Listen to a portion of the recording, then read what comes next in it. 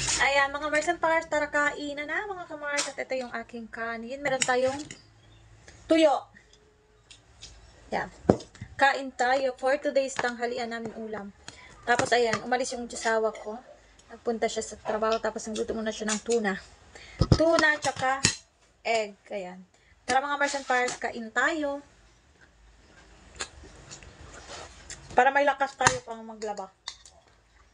Tapos to. May tira pa sila ulam kagabi.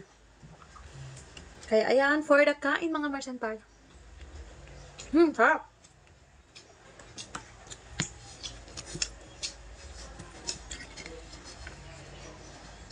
Mangga. Kain.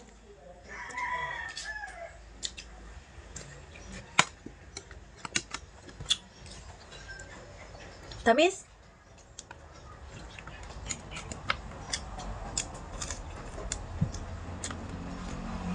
Sarap ng tuyo.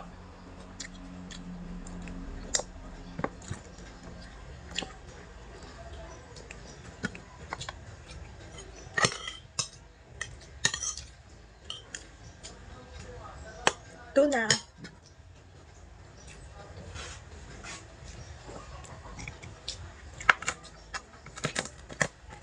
Kami lang ng dalawa ng aking anak nandito.